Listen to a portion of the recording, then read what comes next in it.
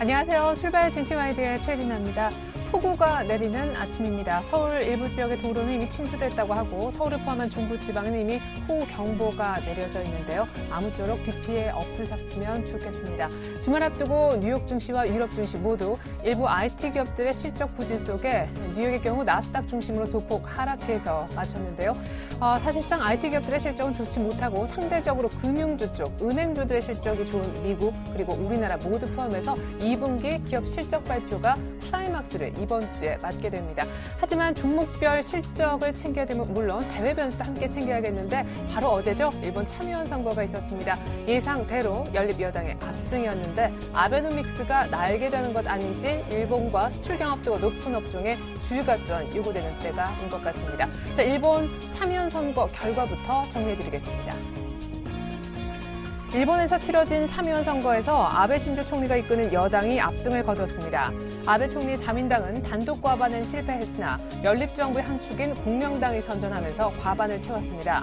교도통신은 아베 총리의 경제정책인 아베노믹스에 대한 기대감이 승리 요인이라며 이로써 아베의 정권 기반은 훨씬 강해질 것이라 진단했습니다. 미국 뉴욕 증시는 구글과 마이크로소프트 등 기술주들의 부진한 실적으로 다우와 나스닥 지수가 하락하는 등 약보합세를 띄었습니다. 그렇지만 스탠다드 포스 500 지수는 소폭 상승해 전날에 이어 이틀 연속 사상 최고치를 경신했습니다. 유럽도 소폭 빠졌습니다. 마이크로소프트사의 2분기 주당 순이익은 0.59달러로 전년 동기 대비 흑자 전환에 성공했지만 전망치인 주당 0.75달러에 못 미치며 11.4%나 주가가 급락했습니다. 1분기에 30%가 넘는 매출 증가를 보였던 구글도 2분기엔 쓴 잔을 마셨는데요. 구글의 주당 순이익은 9.54달러로 시장 예상치인 주당 10.80달러에 못 미쳤습니다. 중국 중앙은행인 인민은행은 보다 시장 지향적인 금리 개혁을 추진하기로 했다며 대출금리 하한을 철폐한다고 밝혔습니다. 인민은행이 대출금리 하한을 철폐한 것은 기업들의 자금 조달 비용 부담을 덜어주고 은행들의 자율권을 확대하기 위한 것이라고 설명했는데 다만 예금금리 상한은 유지했습니다.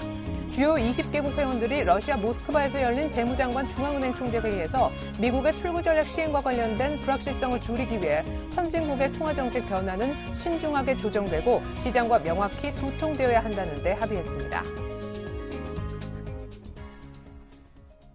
네, 9년 만에 최대 금융개혁을 사실상 폈다는 평가를 받은 중국의 변화, 그리고 일본 아베노믹스의 향후 방향이 우리 시장의 실적 그 다음 순위로 중요할 것으로 보여지는데요. 잠시 후에 우리 시장은 열릴 것입니다. 그에 앞서 저희가 일부를 통해 준비한 소식부터 챙겨드리겠습니다.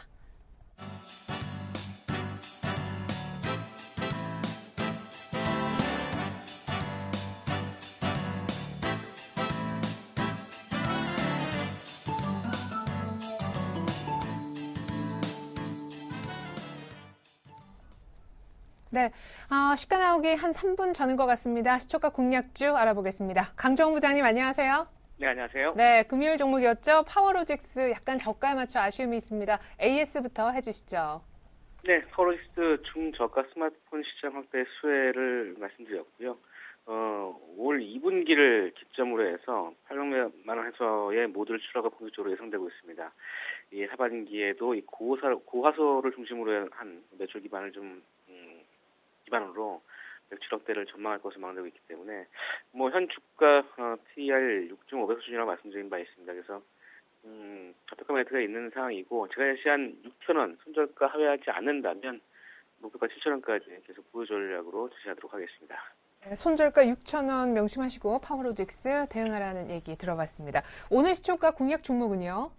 네, 오늘 시초가 공략주는 상보를 제시하도록 하겠습니다. 이 상보는 그 필름 제조업체고요.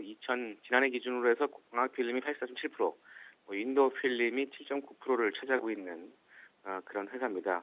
이 주력 제품인 광학 필름이 HDTV 산업과 함께 그 성숙기 접어들면서 이 신규 사업을 지금 진행 중에 있는데 탄소 나노튜브라든가 그래핀, 염료 감응, 태양 전지를 추진 중에 있습니다.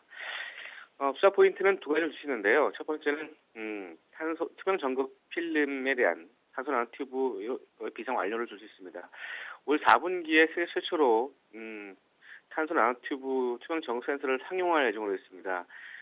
CNT 투명 전극 센서라고 하는데 수급이 불안정한 이 ITO 필름을 대체하면서 이 저가형 스마트폰의 적응될 전망으로 있습니다. 올해 3월에 착공에 들어가면서 7월 말 정도에 완공할 것으로 목표를 하고 있는 상황인데 월간 그 40만 장의 생산 능력을 좀 갖추게 될 예정으로 있습니다.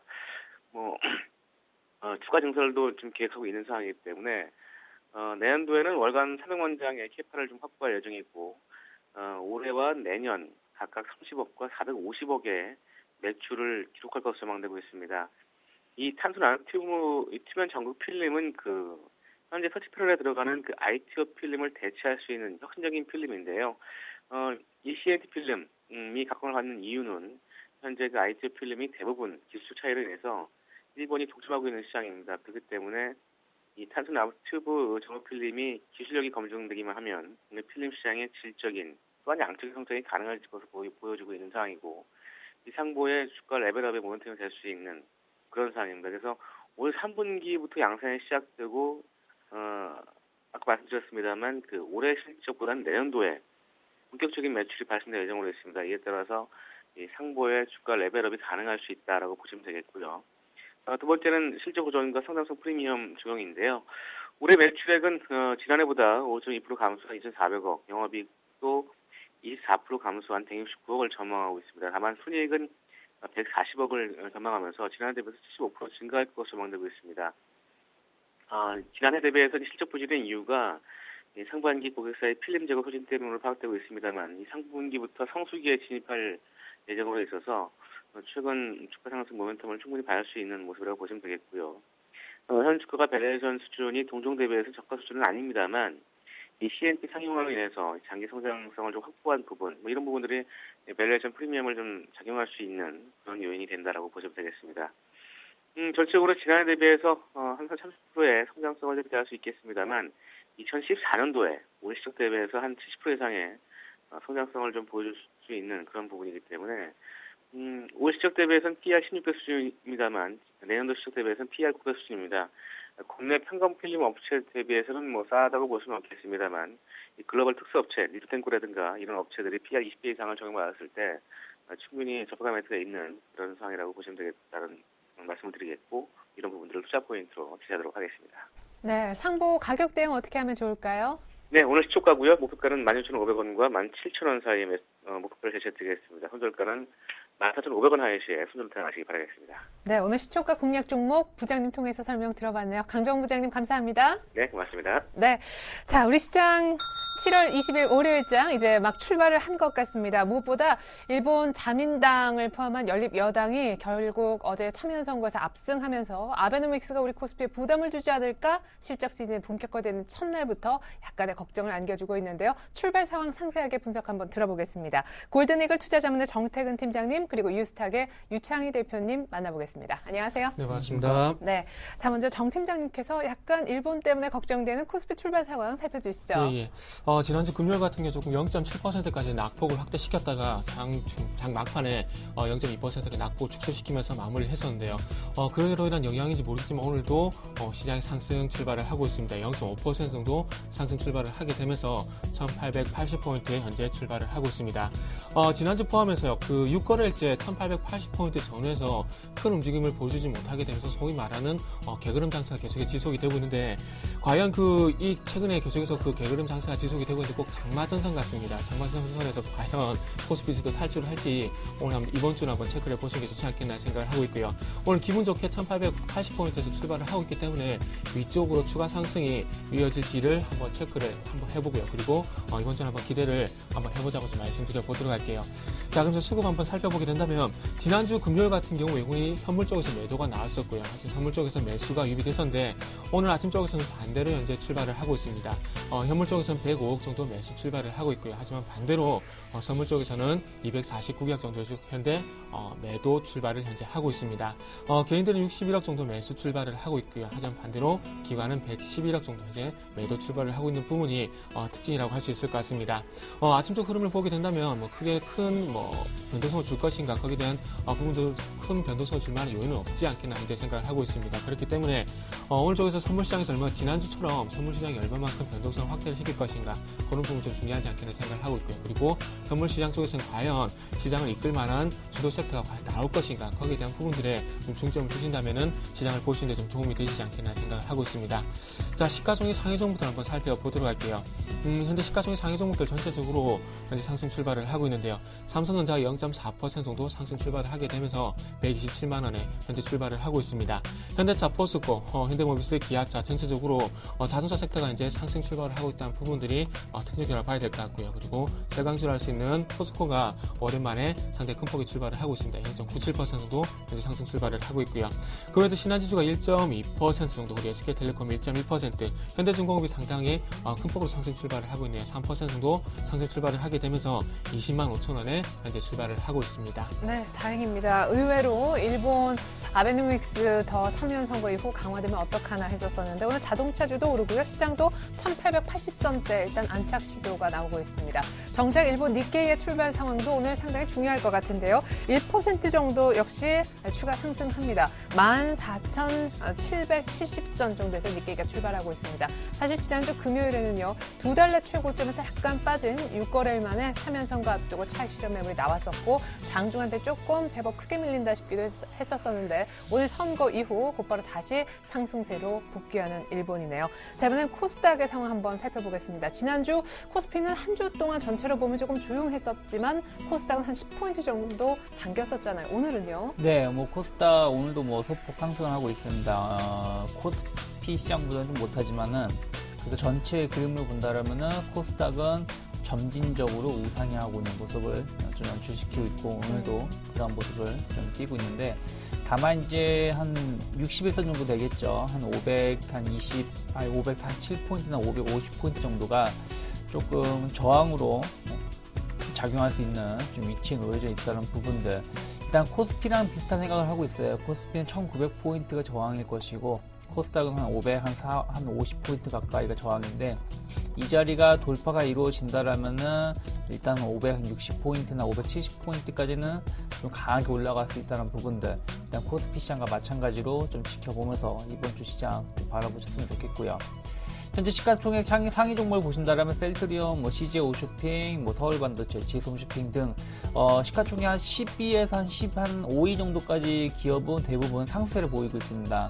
아주 급등세는 아니지만은 평균 0.5에서 1% 가까운 상승세를 좀 띄고 있다는 부분들 좀 체크하셨으면 좋겠고 일단 오늘 같은 경우 좀 코스닥 시장을 좀 봐야 될 부분들은 수급에서 외국인이 일단 지금 매수세가 들어오고 있는데 외국인이 지금 어제하고 지난 금요일하고 목요일하고 이틀 연속 한 200억 정도 그러니까 전체 합쳐서 순매도가 나왔는데 일단 외국인들이 코스피 시장도 마찬가지지만 코스닥 시장에 대해서 추세로 매수가 들어오고 있지는 않다는 부분들 그렇다면 오늘 같은 경우 코스닥 시장에 대해서 한 100억에서 한 150억만 매수가 들어오면 좋겠는데 일단은 매수 강도가 얼마나 유입이 될 수 있는지 여부를 좀 체크를 하시면서 시장을 대응하시면 좋지 않을까 생각 좀 하고 있습니다. 네, 자 이렇게 해서요 저희가 코스닥 출발 상황까지 짚어봤습니다. 이번엔 원달 환율 개정 분위기 알아보겠습니다. 서울 외환시장 동향은 KB 외환선물 정경팔 팀장님께 들어보겠습니다.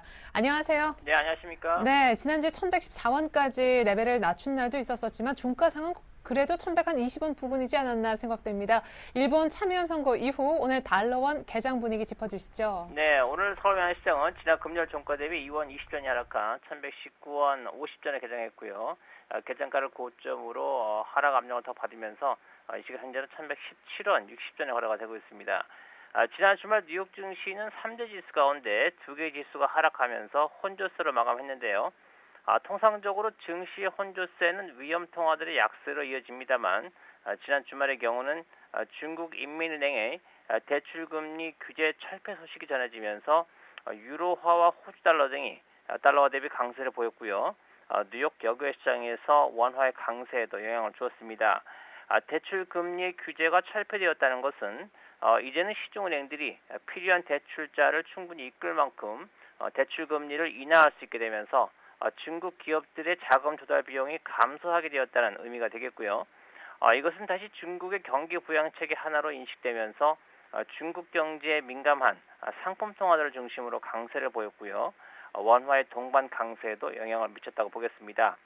그러나 중국 인민은행의 조치가 경제에 직접적인 영향을 주기보다는 상징적인 측면이 강하다는 지적이 나오고 있고요. 이 때문에 상품 통화들의 강세를 배경으로 한 원화의 강세는 제한적일 수 있다고 보고 있습니다. 특히 주목할 만한 변수는 어제 일요일 일본의 참의원 선거에서 일본의 자민당이 압승했다는 것인데요. 이로 인해서 일본 경제 회복을 위한 공격적인 정책들이 지속될 것으로 전망이 되면서 달러엔은 103엔대까지의 상승이 예상되고 있습니다. 달러 엔의 상승은 최근 들어서 글로벌 달러의 주요 통화 대비 강세로 이어질 수 있는 만큼 달러 원에게는 최소한 하방 경직성을 제공하는 재료가 될 것으로 보고 있습니다. 버냉키 미 연준 의장이 지난주 반기 통화 정책을 보고하는 자리에서 향후 미 양적 완화의 축소와 관련해 미리 정해진 시간표는 없다고 언급한 만큼 시장은 미 경제 지표 하나하나에 민감하게 반응할 것으로 보이고요. 이번 주는 오늘 저녁에 기존 주택 판매와 또 24일 저녁에 신규 주택 판매 등 주택 판매 지표가 주요 변수로 작용하겠습니다. 더욱 중요하게는 오는 8월 2일에 발표되는 미국의 7월 고용 지표가 달러와의 방향성에 큰 변수로 작용을 하겠습니다. 오늘 달러원은 1110원대 후반을 중심으로 한 흐름을 이어가겠습니다. KB 외환선물 정경팔 팀장님의 외환시장 분석이 있었습니다. 증시 전망 변수까지 잘 들었습니다. 네, 감사합니다.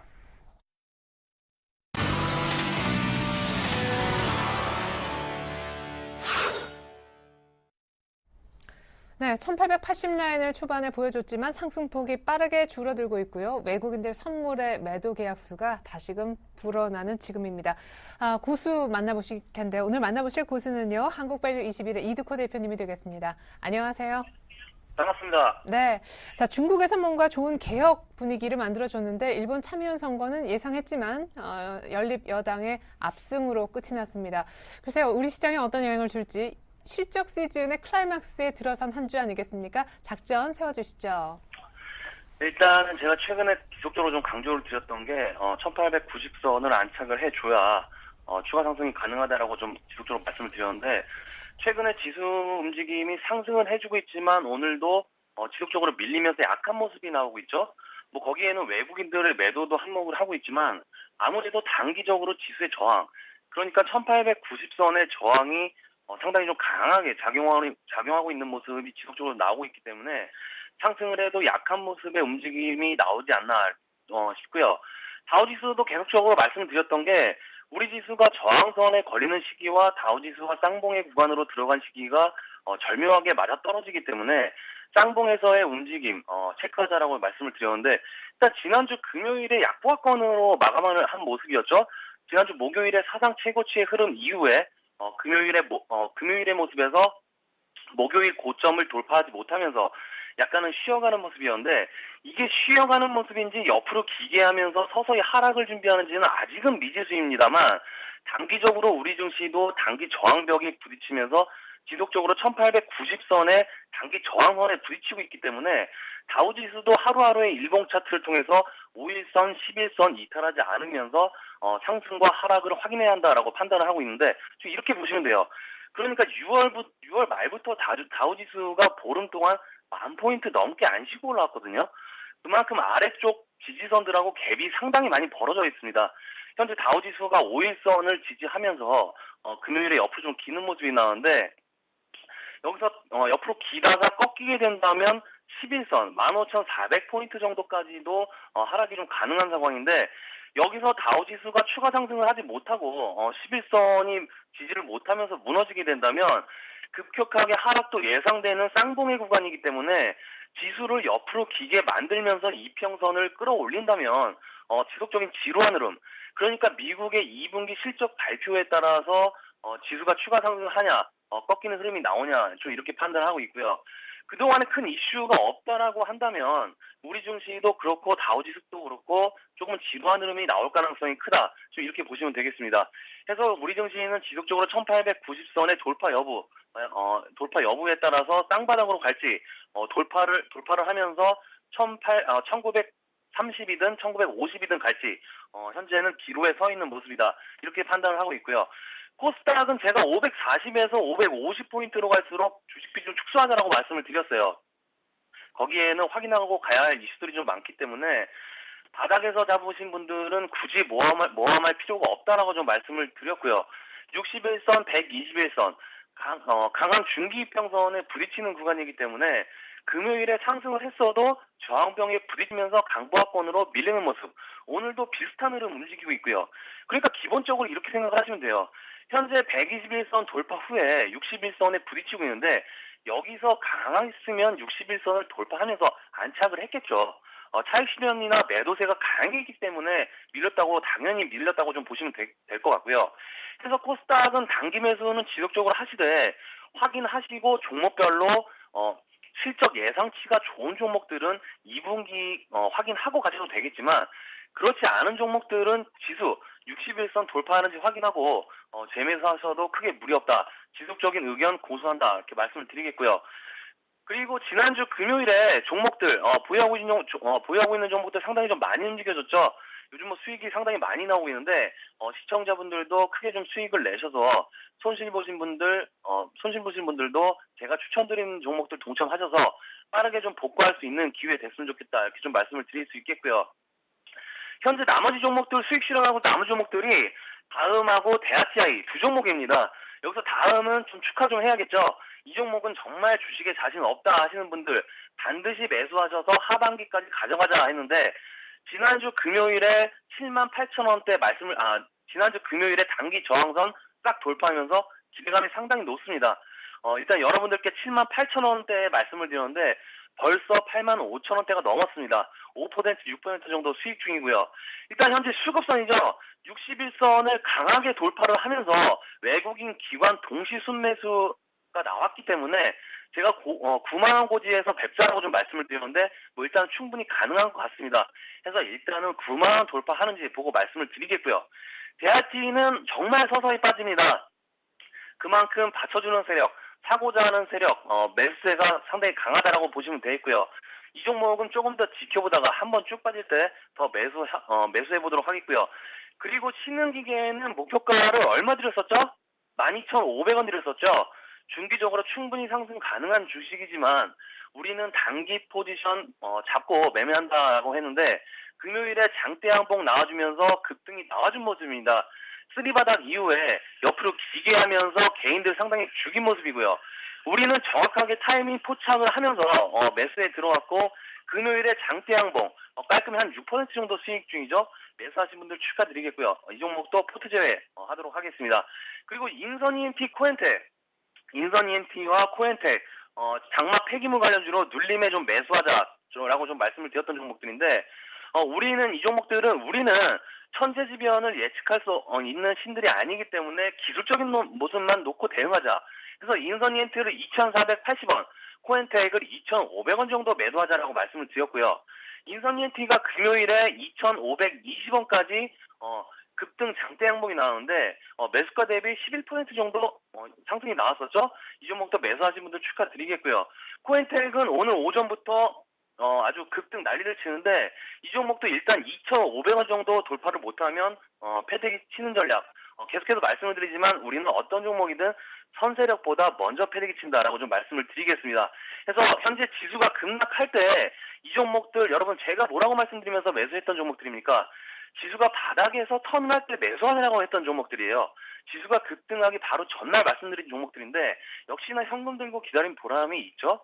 다음도 6% 정도 수익 중, 비아트론도 정확히 목표가 도달하면서 6% 수익, 정원앤시스도 상 먹고 15% 수익, 그리고 신흥기계도 6% 수익 매도, 대하TI도 저점 매수 잘해서 트레이딩 하고 있고요. 인선EMP도 11% 급등, 한 종목도 손실이 없습니다. 각 섹터별로 포트 조절 상당히 좀 잘했다는 증거인데 그만큼 이번 시장만 알고 대응을 하면 크게 벌 수도 있는 시장이에요. 그래서 제가 한 달 정도 종목을 안 들였다가 지수가 급락하는 과정에서 반등 포착이 됐기 때문에 여러분들에게 한꺼번에 종목들 쏟아냈는데 앞으로도 잘 따라오셨으면 좋겠고요. 작전 타임 꾸준히 시청하셔서 작년에 한 종목에서 50% 100%씩 수익 냈었던 기업들 되살리고 최근에 종목들 손실 나셨던 분들께서는 복구 쪽으로 생각을 하셔서 빠르게 잘 따라오시길 바라겠습니다. 오늘 작전 타임은 여기까지입니다. 고맙습니다. 네, 감사합니다. 지금까지 한국밸류 21 이두코 대표님의 작전 들으셨고요. 계속해서 출발 키포인트 브리핑이 이어지겠습니다.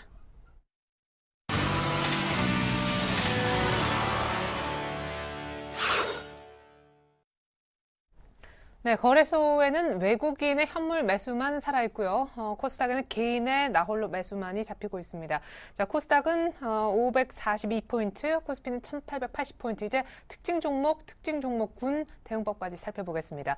자, 오늘 삼성전자는 뭐 그럭저럭 왔다 갔다 보합권에서 움직이고 있는데 특별히 많이 오르는 종목은 유니드, 그리고 대우인터내셔널, 카프로, 삼성엔지니어링 등 낙폭과대 종목과 일부 호실적 종목이 아닌가 생각되고요. 웅진 그룹주들은 또 급락이네요. 예. 일단은 뭐 그 삼성전자뿐만 아니라 지금 현대중공업 한번 좀 살펴보려고 그러는데요. 네네. 현대중공업이 이제 3.2% 상당히 좀 강세를 보이고 있습니다. 뭐 아침 쪽에서 특별한 뉴스가 나오는 것은 아니고요. 최근에 조선주가 좀 강세를 좀 보이고 있는데, 현대중공업 같은 경우 삼성중공업이라든지 그리고 대우조선해양에 비해서는 상승폭이 그동안 상당히 좀 크지가 않았었습니다. 그래서 그로 인해서 상대적 어떤 매력이 좀 부각이 되는 것이 아닌가 좀 생각이 되고 있고요. 그리고 조선 대장주로서 역할을 좀 하는 것이 아닌가. 그리고 19년째 무분규 임금 타결 소식이 주말 쪽에 있었는데 그런 부분도 복합적으로 좀 작용하는 것이 아닌가 생각이 되고 있습니다. 어쨌든 뭐 조선업황이 개선이 되게 된다면 대장주가 움직일 수밖에 없는데 그런 부분들이 어떤 가장 큰 수혜가 현대중공업이라 봐야 될 것 같은데 현대중공업이 그런 부분들의 가장 큰 수혜가 되는 것이 아닌가 좀 생각이 되고 있습니다. 어쨌든 그 현대중공업이 강세를 보인 이유는 전체적으로 봤을 때 제 개인적인 생각이지만은 눈높이 작업이 좀 진행이 되는 것 같습니다. 삼성중공업, 대우조선해양에 비해서 그동안 상승폭이 좀 적었었는데 그로 인해서 좀 반사적으로 좀 올라오는 것이 아닌가 생각이 좀 되고 있고요. 삼성엔지니어링이 아침 쪽에 좀 강한 세라고 좀 말씀을 해주셨습니다. 그래서 삼성엔지니어링도 한번 좀 살펴보게 된다면은 삼성엔지니어링 같은 경우에 이번에 어쨌든 뭐 적자가 났습니다. 적자가 났는데 중요한 것이 시장 예상치대로 적자폭을 좀 축소를 시켰다는 것이 좀 호재가 되는 것이 아닌가 생각이 되고 있습니다. 그렇기 때문에 이런 부분들에 대해서 좀 3.8% 정도 강세를 보이고 있는 부분들로 현재 나타나고 있는데 이런 부분이라 보시면 될 것 같아요. 항상 시장 예상치가 있는데 예상치에 부합을 하거나 예상치에 상이라는 어떤 실적이라든지 그리고 지표가 나오게 되면 호재가 되는 경우가 많았었죠. 그래서 그런 부분들에 대해서 현 삼성엔지니어링이 좀 반응을 하는 거라고 좀 보는 게 맞지 않겠나 생각을 하고 있습니다. 하지만 최근에 빠졌던 거에 비해서는 너무나 작은 상승폭이기 때문에 이제부터 어쨌든 뭐 그 하반기, 3분기, 4분기에는 그래도 소폭이나마 흑자 전에 될 것이라는 얘기가 나오고 있는데 그로 인한 부분들이 조금 반응이 그로 인해서 좀 하반기 경쟁이 과연 나올 것인가 거기에 좀 중점을 좀 두신 게 좋을 것 같습니다. 어쨌든 전체적인 추세를 보게 된다면은 이제 25만 원에서 뭐 7만 3천 까지 많이 빠진 건 사실입니다. 하지만 중요한 것은 많이 빠졌다고 해서 무조건 접근하거나 그리고 무조건 많이 빠졌다고 해서 무조건 바닥을 잡는 것은 아닙니다. 어쨌든 바닥을 잡기 위한 어떤 이유가 분명히 있어야 된다는 겁니다. 그렇기 때문에 삼성엔지니어링이 바닥을 잡기 위한 어떤 핑계거리는 실적밖에 없습니다. 그래서 3분기, 4분기에 과연 흑자 전환이 되는지 여부를 한번 좀 체크를 해보시는 게 좋지 않겠나 이렇게 말씀 한번 드려보고 싶고요. 아침 쪽에서 그 웅진그룹이 조금 뭐 유니드부터 좀 보도록 할게요. 유니드 같은 경우에 아무래도 실적 시즌이다 보니까 실적이 좀 많이 부각이 되고 있는데 영업이익이 상당히 큰 폭으로 좀 개선이 됐습니다. 전년 동기 대비해서 46% 정도 급등한 실적이 급등한 부분들이 조금 호재가 되게 되면서 지금 현재 강세를 보이고 있는데 10% 상당히 좀 10% 내외의 어떤 상당히 강한 급등세가 이제 특징이라 봐야 될 것 같습니다. 지난주 금요일 같은 경우에도 한전산업이라는 기업이 2분기 실적이 상당히 최근에 나오게 되면서 10% 급등이 나왔었는데 코스닥 쪽에서는 뭐 실적 개선폭이 크게 되는 부분들이 상당히 크게 주가 좀 반응이 되는 것 같습니다. 그래서 그런 부분들이 일단은 46% 증가했다는 부분들이 호재가 될 수 있겠지만 이후에도 이런 실적 개선세가 좀 지속이 되는지 여부를 한번 체크를 보신 실적이 계속해서 좀 개선이 되는지 여부를 동반적으로 좀 체크를 해보시는 게 더 좋지 않겠나 좀 생각을 하고 있고요. 자, 웅진그룹 같은 경우에 그 웅진에너지가 최근에 상당히 좀 많이 올랐었습니다. 그래서 웅진에너지 같은 게 많이 올랐는데 그래서 웅진에너지가 급등을 좀 하다 보니까 이런 부분들로 인해서 웅진그룹도 동반적으로 상당히 좀 많이 올랐었습니다. 그래서 오늘 뭐 웅진에너지가 빠지는 폭도 상당히 크게 나타나고 있는데 현재 뭐 185원 정도 하락을 하게 되면서 유니드와는 좀 반대로 현재 10% 넘는 급락세를 이제 보여주고 있습니다. 자, 어쨌든 웅진그룹은 한 가지 포인트 같습니다. 웅진에너지 같은 경우에 뭐 태양광 업황이 개선되면 상당히 좋겠지만은 어쨌든 그보다 그것보다 더 큰 문제는 웅진그룹 내 어떤 유동성에 관한 문제가 전체적으로 해결이 되지 않았던 부분이 될 수 있겠죠. 그래서 이런 부분들이 해결되지 않는다면은 뭐 반짝 호재가 생겼을 때 뭐 반짝 반등이 있을 수 있겠지만은 전체적인 추세를 봤을 때는 이런 부분들이 해결되기가 좀 힘들 겁니다. 그렇기 때문에 저는 뭐 STX그룹 그리고 웅진그룹 같은 경우에는 아직까지는 뭐 추세적으로 가져갈 만한 종목은 아니다. 그렇게 좀 정리를 해보고 싶습니다. 네, 시간이 허락된다면 잠시 후에 BW 발행설에 시달리고 있는 한화케미칼과 오늘 대우인터내셔널이 급등하는데 그런 분위기도 조금 알아보도록 하겠습니다. 일단 코스닥으로 한번 가보죠. 코스닥이 오늘 액토드소프트가 굉장히 강하게 시작하는 걸 봤었는데 상승폭이 좀 많이 줄어 있는 것 같습니다. 오늘 백신 테마가 또 한번 부네요. 네, 뭐 액토드소프트가 좀 강세를 좀 띄고 있죠. 강세를 띄고 있는데 일단은 뭐 중국 시장에 게임 진출한 게 뭐 2위를 좀 차지했다고 합니다. 그런데 이미 이 부분은 어느 정도 주가에 반영이 되어 있다는 부분들, 그러다 보니까 시장 자체가 뭐 상승에 좀 제한이 걸리고 있는 모습을 띄고 있는 게 아닌가 생각을 하고 있고요. 그것을 가만히 본다면 소프트맥스가 지난주 액토드소프트하고 좀 양대 산맥으로 좀 강하게 올랐었는데, 소프트맥스 같은 경우 지난 금요일하고 특히 오늘 같은 경우 차익률이 많이 쏟아지고 있습니다. 특히 이 갭이 메꿔진다라면은 지금 무슨 얘기냐, 22,500원, 600원이 무너진다라면은 한 2만원 초반까지도 좀 하락할 수 있다라는 거 열어놓고 대응할 필요가 있지 않을까. 그래서 이걸 보유하고 계신 분들은 조금 리스크 관리하시는 게 좋을 것 같고요. 또 이제 그 미스터 공가요? 그 영화, 그거에 대한 기대감이 작용했던 미디어 플렉스 역시 조금 흥행이 그렇게 좋지 못한 것 같아요. 주말에 그렇게 뭐 관객 순위도 2위 정도 차지했다고 하는데, 그러다 보니까 주가가 한 10% 가까운 좀 급락세로 주가가 형성되고 있는데, 모르겠습니다. 미스터고가 저도 아직 보진 못했지만은 크게 성공하기는 쉽지 않을 것 같다는 생각이 좀 들었던 영화 중에 하나였기 때문에 왜요? 네.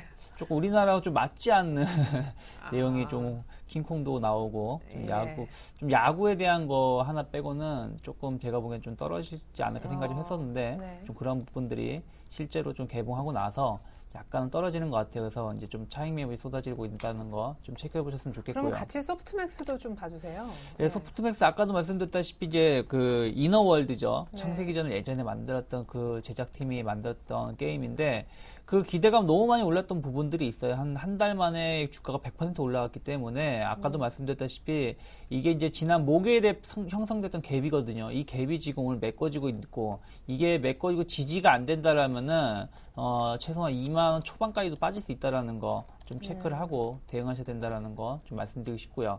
오늘 조금 이제 특이한 걸로는 이제 그 백신주들이 좀 주가가 많이 형성이 되고 있습니다. 제일바이오, 이글벳, 뭐 VGX 인터 모두 한 강세를 띠고 있는데, 중국에서 한 2달 만에 다시 이제 AI 관련된 환자가 발생했다고 합니다.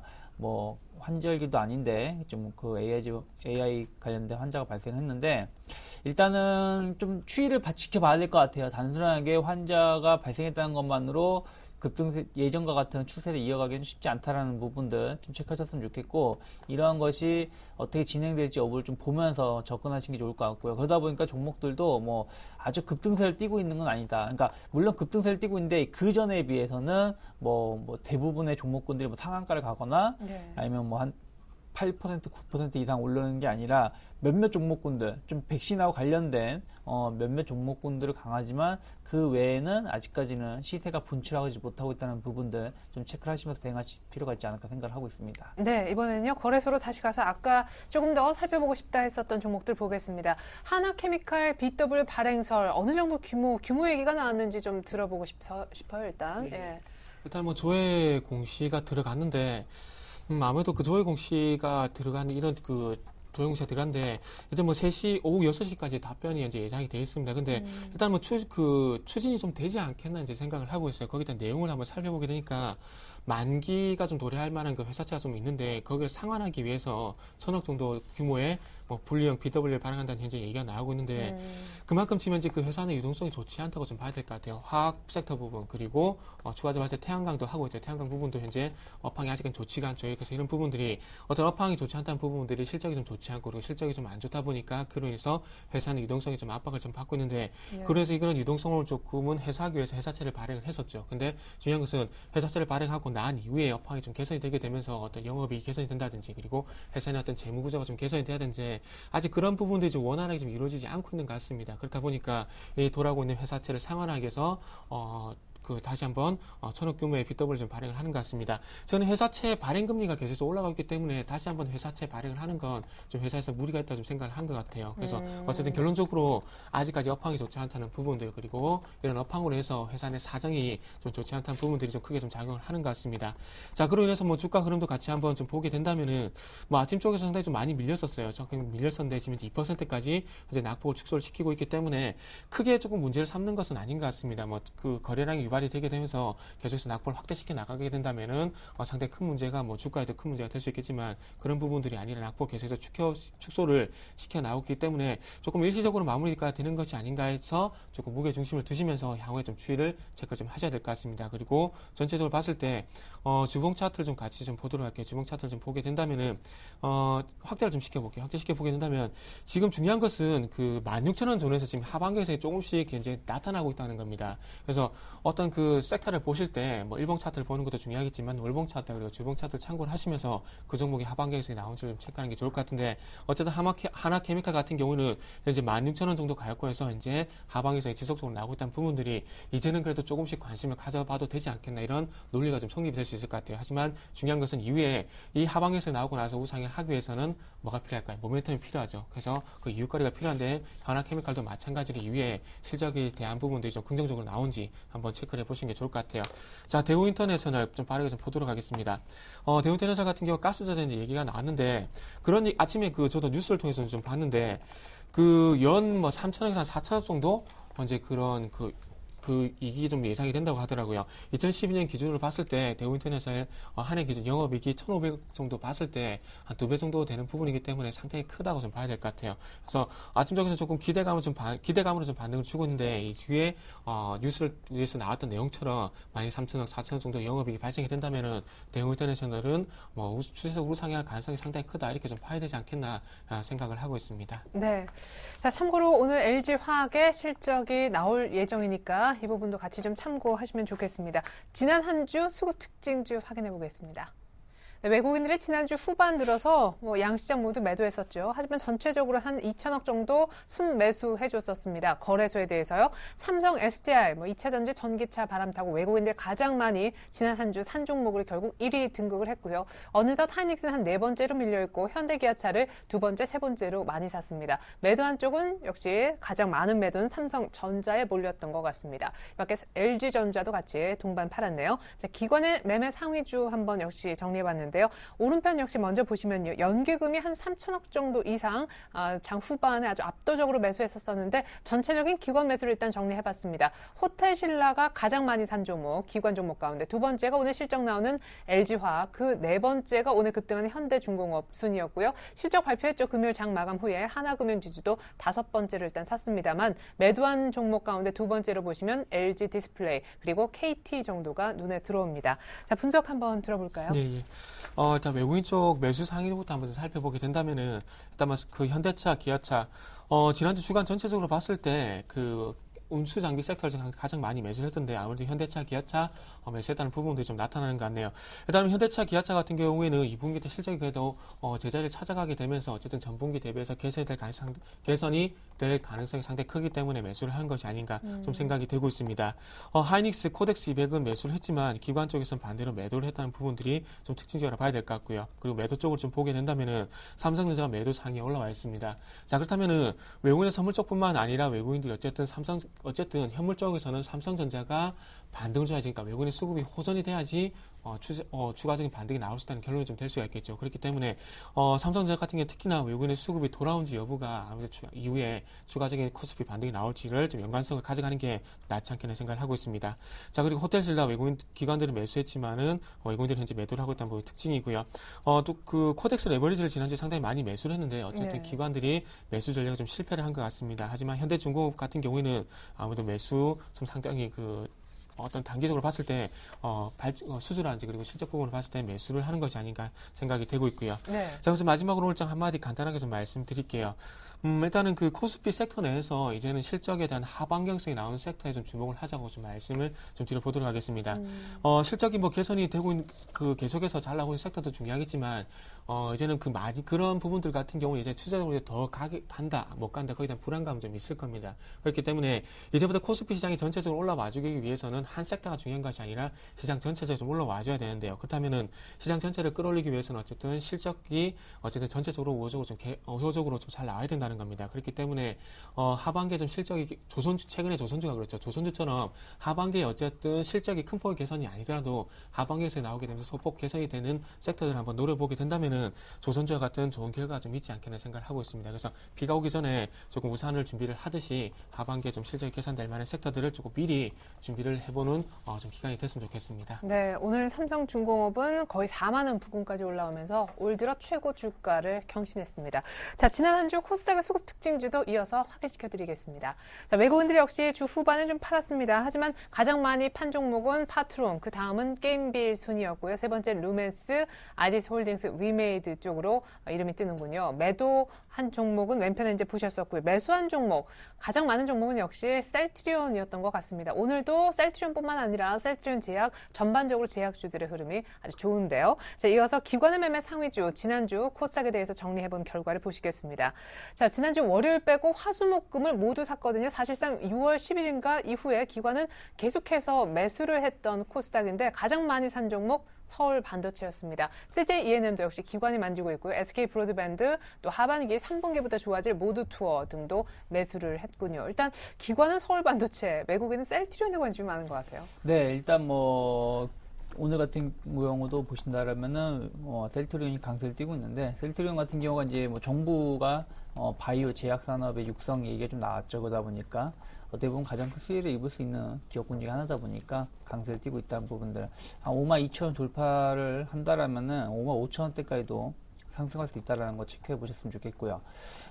외국인들은 이제 기타 IT 쪽이나 좀 이제 실적이 호전되는 기업을 위주로 많이 매수가 들어온 것 같아요. 그러니까 서울 반도체나 성강밴드 같은 경우는 실적이 호전될 수 있는 기대감, 또 인터파크도 역시 이제 자회사의 실적 기대감으로 인해서 같이 올라올 수 있는 큰 수혜주 중에 하나죠. 아이마켓 코리아라는 자회사를 갖고 있기 때문에. 그래서 그런 부분들을 좀 보면서 외국인들의 매수가 들어오고 있다는 부분들. 역시 외국인들이 사는 종목군들은 추세가 살아있거나 추세 고점을 돌파시키려고 하고 있다는 거 좀 체크해 보셨으면 좋겠고요. 기관들은 약간 소비 관련된 종목군들 위주로 매수가 들어오는 것 같아요. CJ E&M이라든지 모두투어, SK 브로드밴드 보신다면 전체적으로 약간 소비 관련된 건데, 소비가 예전과 같은 음식료 이런 게 아니라 약간 첨단 IT 쪽이라는 거죠. CJ E&M은 게임이라든지 방송 같은 거, 그리고 SK 브로드밴드도 이제 IPTV라든지 인터넷 광통신인데 IPTV 쪽에 좀 더 포커스가 맞춰져 있다는 거. 모두투어는 여행 관련된 종목군들이죠. 하나투어가 고점을 돌파시키려고 하다 보니까 모두투어로 조금 더 수익률을 좀 제고하려고 하는 모습을 좀 띄고 있다는 거 체크해 보셨으면 좋겠고, 이제 반도체 관련된 원익 IPS 같은 경우도 좀 턴어라운드에 대한 기대감이 좀 있다는 부분들. 일단 기관, 외국인 모두 일단 실적을 좀 앞두고, 실적을 좀 수반되는 종목 위주로 매수를 하고 있는데, 약간의 모양 자체라든지 섹터는 좀 다르다라는 거 체크해 보셨으면 좋겠고요.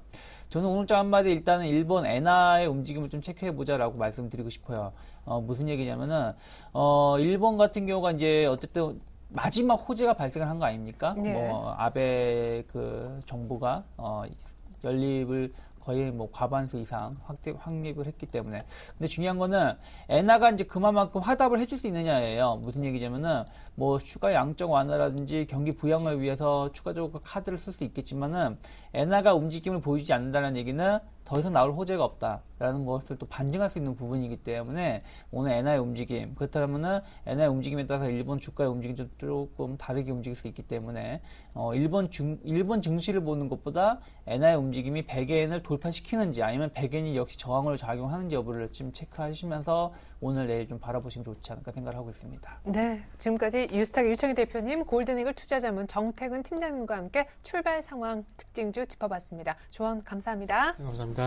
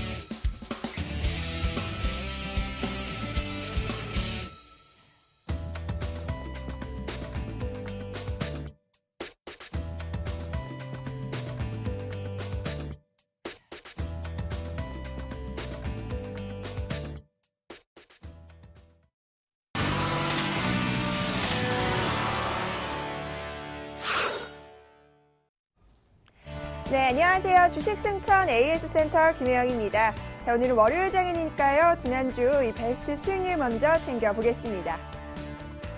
자, 먼저 3천만 원 포트입니다. 이 랭킹 1위에는 최명석 멘토님, 2위에 정대희 멘토님, 3위에는 정재훈 멘토가 자리하고 있습니다. 자, 이어서 5천만 원 포트폴리오 수익률 베스트 확인합니다. 1위에는 김현근 멘토, 2위에 양순무 멘토, 3위에는 남은우 멘토가 랭크돼 있습니다. 자, 이어서 1억 원 포트폴리오입니다. 자, 1위에는 김용순 멘토 현재 수익 실현하고 계시고요. 2위에 이효열 멘토, 3위 김도영, 4위 신창한 멘토가 자리하고 있습니다. 자, 이어서 3천만 원과 5천만 원, 1억 원 포트에서 각각 1위를 기록한 멘토들의 포트폴리오 확인합니다. 먼저 3천만 원 포트에서 1위 기록한 최명선 멘토의 포트 현재 나오고 있는데요.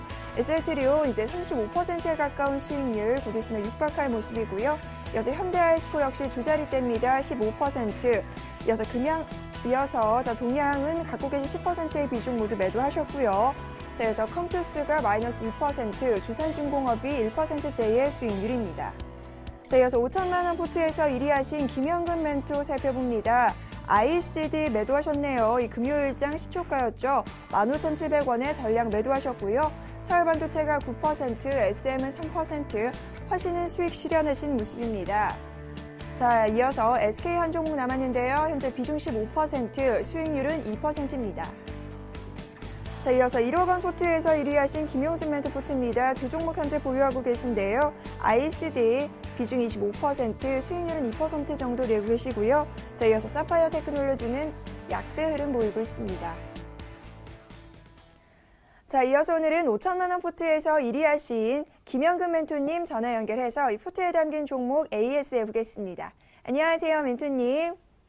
네, 안녕하세요. 네, 포트에 담긴 종목들 대응 전략 챙겨주시죠. 예, 일단은 지난주에 제가 이제 화신을 수익 실현했는데 이 부분은 그 사실 S에너지라는 종목을 편입을 하기 위한 종목 교체를 위한 전략이었었는데 이 종목이 편입이 안 됐습니다. 그렇죠? 그래서 일단은 추후에 추가적으로 다시 매매 타이밍을 좀 노려보도록 하겠고요. 다른 종목들 같은 경우 서울반도체나 이런 종목들은 직전 고점 돌파를 또 앞두고 있는 상황입니다. 직전 고점 앞에서의 매물 그런 차익 실현 욕구가 상당하기 때문에 그 구간을 좀 거치고 있다 좀 보여집니다. 수급적인 부분이라든가 여전히 양호한 모습이기 때문에 직전 고점 돌파를 하면서 여전히 목표가까지 추후에 더 좋은 흐름이 나타난다면 목표가 상향까지도 좀 생각을 하고 있습니다. 그대로 보유하신 분들이라면 보유 전략을 좀 말씀드리도록 하겠고, 그 다음에 이제 두 번째 종목으로 KG 이니시스라는 종목, 전자결제 종목인데요. 지난주에 제가 비중을 더 확대를 좀 했습니다. 여전히 주가의 변동성은 크게 나타나고 있지 않습니다. 큰 변화가 없는 상황에서 상승을 위한 그런 준비 과정이라고 보여지고, 아직까지 이제 전자결제 섹터에 대한 성장성에 대한 부분은 그대로 남아 있습니다만 시장에서의 그 흐름이라고 봐야 되겠죠. 전자결제 섹터가 아직 부각이 되지 못하고 있는 그런 구간입니다. 하지만 곧 부각이 될 수 있는 그 시기가 이번 주 안에라도 곧 움직임이 나타날 가능성이 있다고 보여지니까요. 좀 더 추이를 좀 지켜보면서 전략을 좀 보도록 하겠고, 그다음에 SK 같은 경우는 오늘 같은 시장에서 상당히 좋은 흐름을 보여주고 있습니다. 일전에 지금 현재도 진행되고 하고 있죠. 그런 소송 관련 부분이 좀 있지만, 최태원 회장의 소송 관련 부분이 있지만 주가에 전혀 영향을 주고 있지 않다고 보고, 그것 때문에 오히려 움직임이 없었다고 봅니다. 그래서 그러한 불확실성만 좀 해소가 된다면 SK ENS의 자회사의 사업성에 좀 가치가 부각이 되면서 좋은 흐름이 예상이 되고 있습니다. 여전히 수익 구간에서 그대로 수익 극대화 전략으로서 홀딩을 하면서 추후의 흐름을 더 지켜보도록 하겠습니다. 그리고 나머지 종목들도 크게 지금 양호한 흐름 보여주고 있기 때문에 추후에 제가 또 변동된 사항이 있다면 바로바로 전략을 제시해드리도록 하겠습니다. 한 주간 화이팅 하시기 바라겠습니다. 이상입니다. 네, 이렇게 해서 포트에 담긴 종목들 살펴봤습니다. 김현근 멘토님, 오늘 말씀 감사합니다. 예, 감사합니다. 네, 저는 내일 이 시간 다시 찾아오겠습니다. 지금까지 주식승천 AS센터 김혜영이었습니다.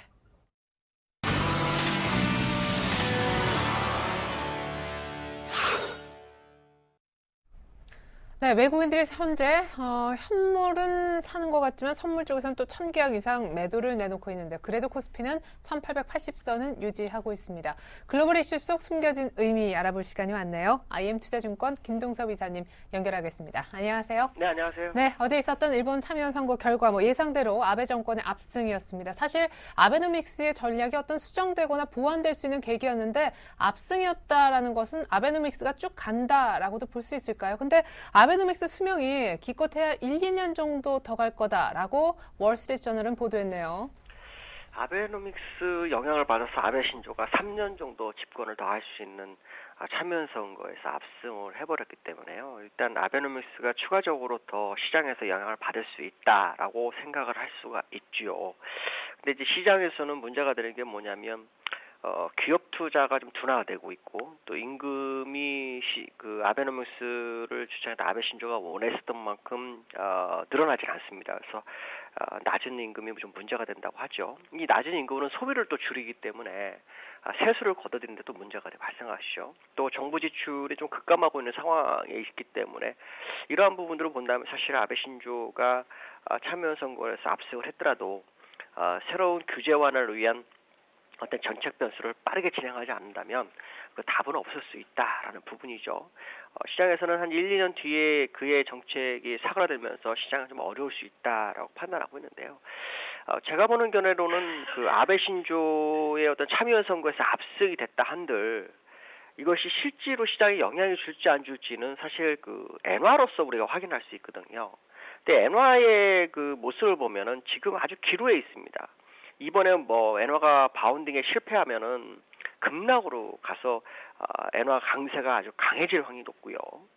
여기서 만약에 반등에 성공한다면 지난번에 103.7까지 올라갔던 부분이 있었는데 거의 그 수준까지 갈 겁니다. 근데 만약에 이번에 실패하게 되면 90엔을 깨러 갑니다. 틀림없이 100% 맞습니다. 그래서 지금 그 아베노믹스가 정말 참여연 선거로서 시장에 영향이 확실히 있다면 오늘 밤에 있는 엔화의 모습을 꼭 지켜보시면 될 것 같고요.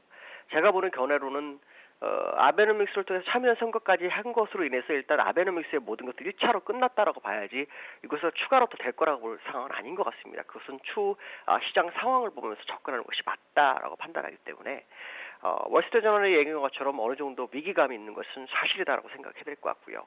그 다음에 그 정부 부채가 244% 정도가 되기 때문에 이 부분을 어떤 식으로 해결할 건지에 대한 로드맵이 나오지 않는다면 결국 아베노믹스는 실패가 될 확률이 높습니다. 또 기술적으로도 갭상승이 10개가 남아있다는 것은 주가가 원점으로 회귀도 가능하다라는 생각을 해봐야 될 것 같습니다. 네, 그리고 중국에서 아주 재밌는 뉴스가 나왔습니다. 대출금리 하한을 없애겠다. 지금 2004년 9년 이후에 9년 만에 최대 금융개혁, 사실상 부양책이다 이런 평가를 받고 있네요.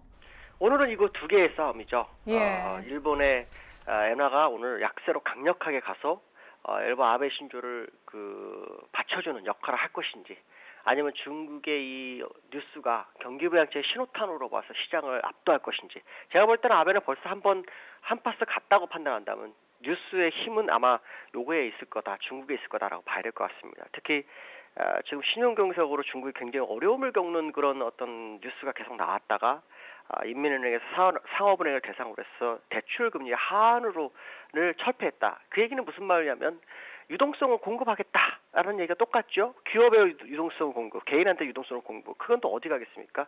주식시장으로 들어올 확률이 상당히 높죠. 물론 부동산에 문제가 또 발생할 수 있는 부분은 있습니다. 더 많은 대출을 받으니 부동산을 더 살려고 하는 상황이 발생할 수 있겠지만 제가 볼 때는 그것보다는 오히려 금융권이라든가 은행권 쪽에 더 돈이 더 많이 투여가 될 확률이 높다라는 거죠. 이런 부분을 본다 그러면 중국이 완벽한 경기부양책은 아니지만 적어도 경기부양책을 시작했다라는 것에 점수를 더 줘야 되지 않느냐 이렇게 판단하고 있습니다. 예, 그 두 개의 싸움 속에서 일단 시장은 소폭이지만 빨간불을 보여주고 있는데 오늘 재밌게도 건설, 조선 이런 어떤 낙폭과대 경기 민감주 중심으로 올라오고 있거든요. 실적 시즌 본격화될 이번 한 주 위에서 조언 한마디 들어보겠습니다. 지금 우리나라는 사실 글로벌 시장에서 좀 왕따를 당하고 있는 거 아마 누구나 다 알고 있을 겁니다. 거기에 가장 영향을 미쳤던 게 중국이었다면 중국이 새로운 경기부양책, 물론 금리 인하라든가 지준율 인하를 하진 않았지만 어떤 금리 자유화, 물론 예금금리도 자유화는 아직 이루어지지 않았습니다. 하지만 대출금리를 자유함으로 인해서 시장의 유동성을 투여하겠다면 그것은 우리나라 시장에 굉장히 영향을 줄 수 있다라는 거고 중국 시장을 겨냥한 우리나라의 어떤 종목들도 상당한 영향을 받을 수 있을 것 같습니다. 그래서 현대중공업 오늘 4%대 올라가는 모습이죠. 이런 모습을 본다면 국내장은 일단 다시 한번 업그레이드되는 수 있는 찬스를 맞은 것이 아니냐, 모멘텀을 가졌다라고 봐야 될 것 같고요. 거기서 이제 수급적으로 외국인들의 선물을 좀 매수해줘서 베이시스를 충분히 확보하는 상황이 발생한다면, 물론 지금은 베이시스가 아주 좋습니다.